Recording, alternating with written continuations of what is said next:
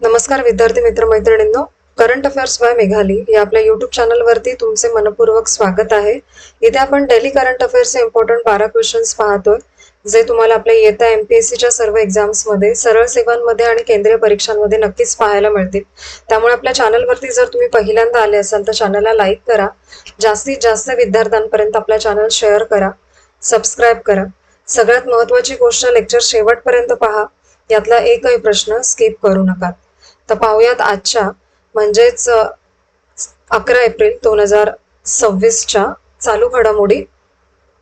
प्रश्न पहिला, भारतात राष्ट्रीय सुरक्षित मातृत्व दिवस कधी साजरा केला जातो, असा प्रश्न आहे.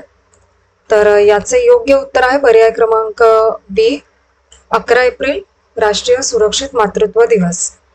ठीक आहे, त्याचे महत्वाचे पॉइंट्स पहा. भारतामध्ये 11 एप्रिल रोजी राष्ट्रीय सुरक्षित मातृत्व दिवस साजरा केला करतात.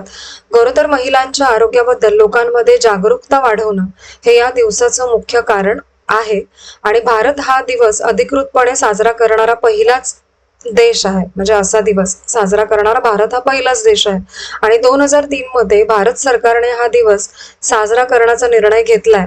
आणि व्हाईट रिबन अलायन्स इंडियाच्या विनंतीमुळे हा दिवस सुरू करण्यात आला. हा पण पॉइंट लक्षात ठेवा. या व्यतिरिक्त 11 एप्रिल हा दिवस राष्ट्रीय पाळीव प्राणी दिवस म्हणूनही ओळखला जातोय, साजरा केला जातो. आणि जागतिक स्तरावरती जागतिक पार्किन्सन्स दिवस म्हणूनही साजरा होत असतो. या व्यतिरिक्त 11 एप्रिलला महाराष्ट्रातील थोर समाजसुधारक, क्रांतिकारक, विचारवंत आणि सत्यशोधक समाजाचे संस्थापक महात्मा ज्योतिराव फुले यांची जयंती असते. 11 एप्रिल 1827 त्यांचा जन्म आहे. ठीक आहे, आणि स्त्री शिक्षण आणि मागासवर्गीयांच्या शिक्षणासाठी त्यांनी अहोरात्र कार्य केलंय, हे आपल्या सगळ्यांनाच माहिती आहे. आणि 24 सप्टेंबर 1873ला त्यांनी सत्यशोधक समाजाची स्थापना केली. सामाजिक कार्यामुळे त्यांना 1888 मध्ये महात्मा ही पदवी बहाल करण्यात आली होती. ठीक आहे, पुढील प्रश्न दुसरा, ज्ञान भारतम हा राष्ट्रीय हस्तलिखित सर्वेक्षणाचा मुख्य उद्देश काय आहे? तर याचे योग्य उत्तर आहे पर्याय क्रमांक डी, भारतभर विखुरलेली हस्तलिखिते ओळखणे व त्याची नोंद करणे, असा त्याचा उद्देश आहे या सर्वेक्षणाचा. 16 मार्च 2026 रोजी ज्ञान भारतम नॅशनल मॅन्युस्क्रिप्ट सर्वे हा उपक्रम सुरू झालाय. हे एक ॲप आहे, लक्षात ठेवा. आणि हा प्रकल्प भारत सरकारच्या संस्कृती मंत्रालयाने सुरू केलाय. मुख्य उद्देश आहे भारतभर विखुरलेले हस्तलिखित शोधून त्यांची नोंद करणं. या सर्वेक्षणामुळे भारतातील हस्तलिखितांचा जिओ टॅग राष्ट्रीय नकाशा तयार होईल त्याचा. आणि आयडेंटिफिकेशन, व्हेरिफिकेशन, कॅटलॉगिंग आणि डिजिटिसेशन हे असे 4 टप्पे या सर्वेक्षणामध्ये असणार आहेत. आणि कुणीही नागरिक ज्ञान भारत ॲप किंवा वेबसाईटवरून हस्तलिखितांची माहिती देऊ शकतात, अशी पण सोय यात ठेवलेली आहे. ठीक आहे, पुढील प्रश्न तिसरा, भारताच्या संविधानाची सिंधी भाषेतील नवीन आवृत्ती कोणी प्रसिद्ध केली? तर या प्रश्नाचे योग्य उत्तर आहे पर्याय क्रमांक सी, CP राधाकृष्णन यांनी. महत्वाचे पॉइंट्स पहा. भारताचे उपराष्ट्रपती CP राधाकृष्णन यांनी संविधानाची सिंधी आवृत्ती प्रकाशित केलेली आहे. आणि ही आवृत्ती पहिल्यांदाच देवनागरी लिपीत आणि सिंधी भाषेत नवी दिल्ली येथे प्रसिद्ध करण्यात आली. स्वातंत्र्यानंतर प्रथमच सिंधी भाषेतील संविधान देवनागरी लिपीत वाचायला मिळणार आहे त्यामुळे. आणि हे सगळं भारतीय लोकशाहीला आणखीन सर्व समावेशक बनवण्याच्या दिशेने एक मजबूत टाकलेलं पाऊल आहे असं संबोधलं जातं. ठीक आहे, पुढील प्रश्न चौथा, वंतारा युनिव्हर्सिटी मुख्यतः कोणत्या क्षेत्रासाठी सुरू करण्यात आलेली आहे?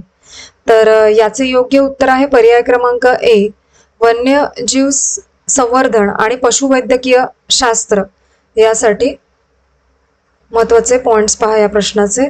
वनतारा विद्यापीठ हे जागतिक स्तरावरती वन्य जीव संवर्धन आणि पशुवैद्यकीय शास्त्रासाठी समर्पित पहिलं विद्यापीठ असणार आहे.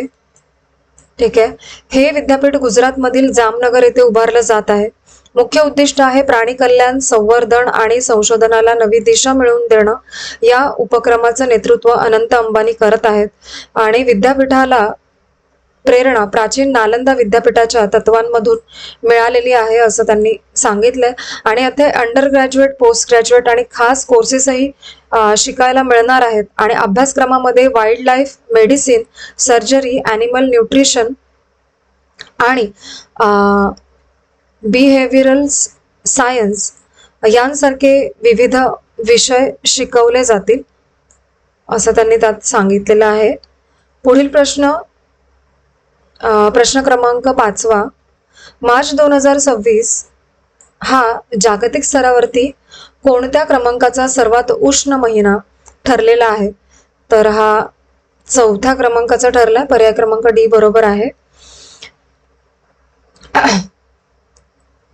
या प्रश्नाचे महत्वाचे पॉइंट्स पहा. मार्च 2026 हा जगामध्ये 4था सर्वात उष्ण मार्च ठरलाय.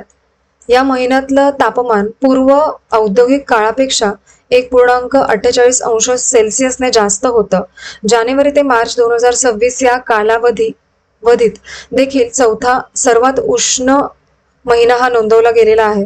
आणि जागतिक समुद्रपृष्ठ तापमान यावेळी 20.97 अंश सेल्सिअस इतकं नोंदवलं गेलं. आणि हे तापमान 2024 नंतरचं दुसऱ्या क्रमांकाचं सर्वाधिक तापमान आहे.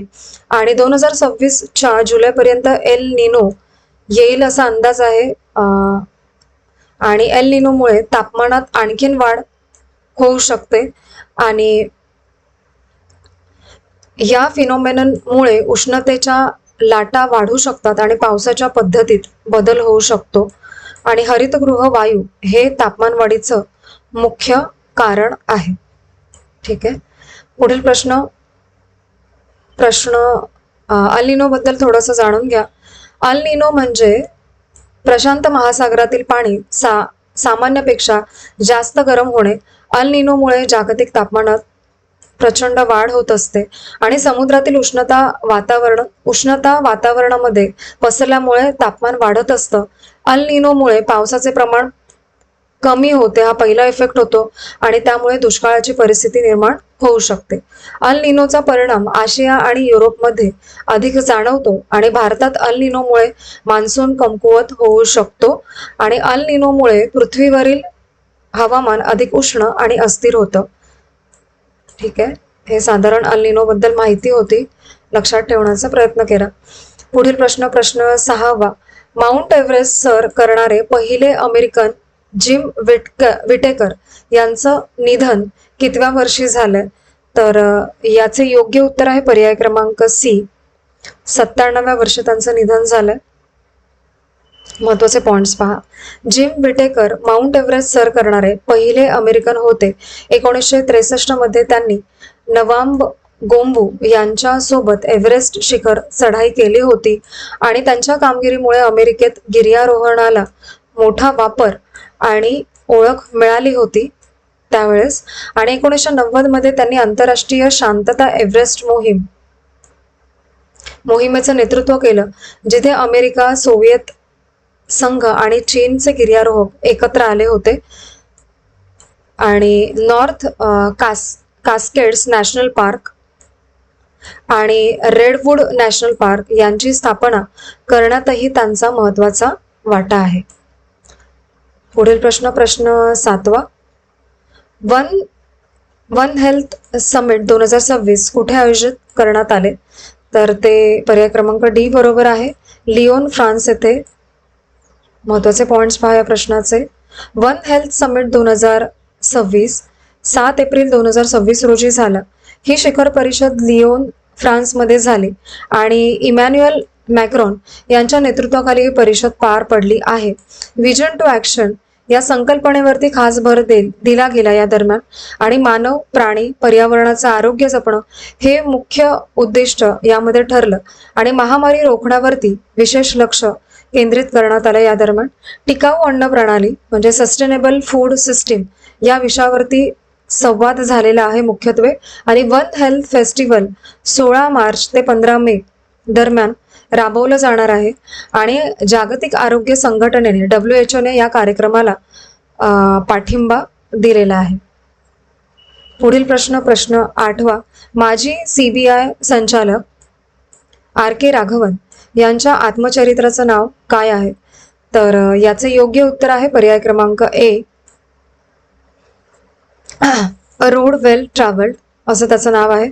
आणि याचे महत्त्वाचे पॉइंट्स पहा या प्रश्नाचे. RK राघवन हे माजी CBI संचालक आहेत. या पुस्तकाची नवीन सुधारित आवृत्ती प्रकाशित झाली. चेन्नईमध्ये या पुस्तकाचं प्रकाशन करण्यात आलेलं आहे. या पुस्तकामध्ये राघवन यांनी स्वतःच्या कामाचे अनुभव मांडलेले आहेत आणि त्यांनी करिअरची सुरुवात ॲज अ पोलीस अधिकारी म्हणून केली. त्यानंतर त्यांची निवड इंटेलिजन्स ब्युरो IB मध्ये झाली आणि त्यानंतर ते CBI संचालक झाले. अशी त्यांच्या पदांची क्रमवारी आहे. स्वतःला ते ॲक्सिडेंटल CBI डायरेक्टर असं संबोधतात आणि अँटी रॅगिंग मोहिमेसाठी ही त्यांची ओळख आहे. आणि RT चारी यांनी पुस्तकाचं प्रकाशन केलं. ठीक आहे. पुढील प्रश्न 9वा. ब्रह्मास्त्र लष्करी सराव कुठे आयोजित करण्यात आला? तर पर्याय क्रमांक C बरोबर आहे. पोखरण राजस्थान इथे झालेला आहे हा लष्करी सराव. याचे महत्त्वाचे पॉइंट्स पहा. एक्सरसाइज ब्रह्मास्त्र भारतीय सैन्याचा लष्करी सराव आहे. हा सराव राजस्थानमधील पोखरण फील्ड फायरिंग रेंज येथे झाला. या सरावामध्ये भारतीय सैन्याने आधुनिक युद्धतंत्रांचे प्रदर्शन केलेले आहे. सरावामध्ये AH-64E अपॅच हेलिकॉप्टरचा वापर करण्यात आला आणि अपॅच हेलिकॉप्टर आकाशातील टँक असंही त्याला म्हणतात. आणि या सरावामध्ये हेल फायर मिसाईल्सचा वापर करण्यात आला आणि सरावात हवाई आणि भूदल यांचे समन्वय दाखवले गेले आणि अपॅची प्रचंड आणि रुद्र यामुळे सैन्याची लढाऊ क्षमता वाढते. ठीक आहे. पुढील प्रश्न 10वा. नितीश कुमार किती वर्षांनंतर पुन्हा राज्यसभेवरती परतलेले आहेत? तर याचे योग्य उत्तर आहे पर्याय क्रमांक C, 20 वर्षांनंतर. महत्त्वाचे पॉइंट्स पहा या प्रश्नाचे. नितीश कुमार पुन्हा राज्यसभेवरती सदस्य म्हणून निवडून आलेले आहेत. ते 20 वर्षांनंतर राज्यसभेवरती परतले आहेत. ते जनता दल युनायटेड पक्षाचे नेते असून पंतप्रधान नरेंद्र मोदी यांनी त्यांचे अभिनंदन केले यासाठी. आणि ते बिहारचे मुख्यमंत्री म्हणून दीर्घकाळ त्यांनी कार्यरत राहिलेले आहेत ॲज अ मुख्यमंत्री म्हणून ते. आणि एकूण 10 वेळा त्यांनी बिहारचे मुख्यमंत्रीपद भूषवलेले आहे. ठीक आहे. पुढील प्रश्न 11वा. एशियन बॉक्सिंग चॅम्पियनशिप 2026 मध्ये भारताच्या महिला बॉक्सिंग संघाने किती सुवर्ण पदकं जिंकली आहेत? तर याचे योग्य उत्तर आहे पर्याय क्रमांक C, एकूण 4 सुवर्ण पदक मिळालेली आहेत बॉक्सिंगमध्ये. महत्त्वाचे पॉइंट्स पहा. एशियन बॉक्सिंग चॅम्पियनशिप 2026 मध्ये भारताच्या महिला संघाने उत्कृष्ट कामगिरी केली. भारताने एकूण 10 पदकं जिंकलेत आणि त्यामध्ये 4 सुवर्ण पदके समाविष्ट आहेत. भारतात महिला संघ पदक तालिकेत अव्वल ठरला यामुळे. आणि संघाचे प्रशिक्षक सँटियानो निएव्हा हे आहेत, हे लक्षात ठेवण्याचा प्रयत्न करा. मीनाक्षी यांनी 5-0 असा विजय मिळवला आणि सुवर्ण पदक जिंकलंय. प्रीती यांनी 5-0 सुवर्ण, प्रिया यांनी 3-0 आणि सुवर्ण, आणि अरुंधती यांनी 4-1 असा विजय मिळवून सुवर्ण पदक जिंकलंय. नावं लक्षात ठेवण्याचा प्रयत्न करा ॲज अ GS म्हणून. ठीक आहे. पुढील प्रश्न क्रमांक 12 आणि आजचा शेवटचा प्रश्न. कोणत्या उच्च न्यायालयाने न्यायिक कामामध्ये AI वापरावरती पूर्णपणे बंदी घातली आहे? तर ती पर्याय क्रमांक A बरोबर आहे. पंजाब हरियाणा उच्च न्यायालयाने. महत्त्वाचे पॉइंट्स पहा. पंजाब हरियाणा उच्च न्यायालयाने AI वापरावरती बंदी घातली आहे. ही बंदी न्यायिक अधिकाऱ्यांसाठी लागू आहे. ही बंदी पंजाब, हरियाणा आणि चंदीगड येथे लागू असणार आहे. आणि न्यायाधीशांना निर्णय लिहिताना AI वापरास मनाई करण्यात आलेली आहे. कायदेशीर संशोधनासाठी AI वापरण्यास बंदी आहे. आणि ChatGPT आणि जेमिनी यांसारख्या AI टूल्सवरती विशेष बंदी घालण्यात आली आणि हा आदेश हायकोर्ट प्रशासनाने जारी केलाय आणि निर्णयाचा उद्देश न्यायिक प्रक्रियेमध्ये पारदर्शकता राखणे असा आहे. ठीक आहे, तर आजचे आपले 11 एप्रिल 2026चे डेली करंट अफेअर्स पाहून झालेले आहेत. एकच रिक्वेस्ट आहे, लेक्चर शेवटपर्यंत पहा आणि आजचे लेक्चर तुम्ही शेवटपर्यंत पाहिलेच असेल त्याबद्दल थँक्यू सो मच.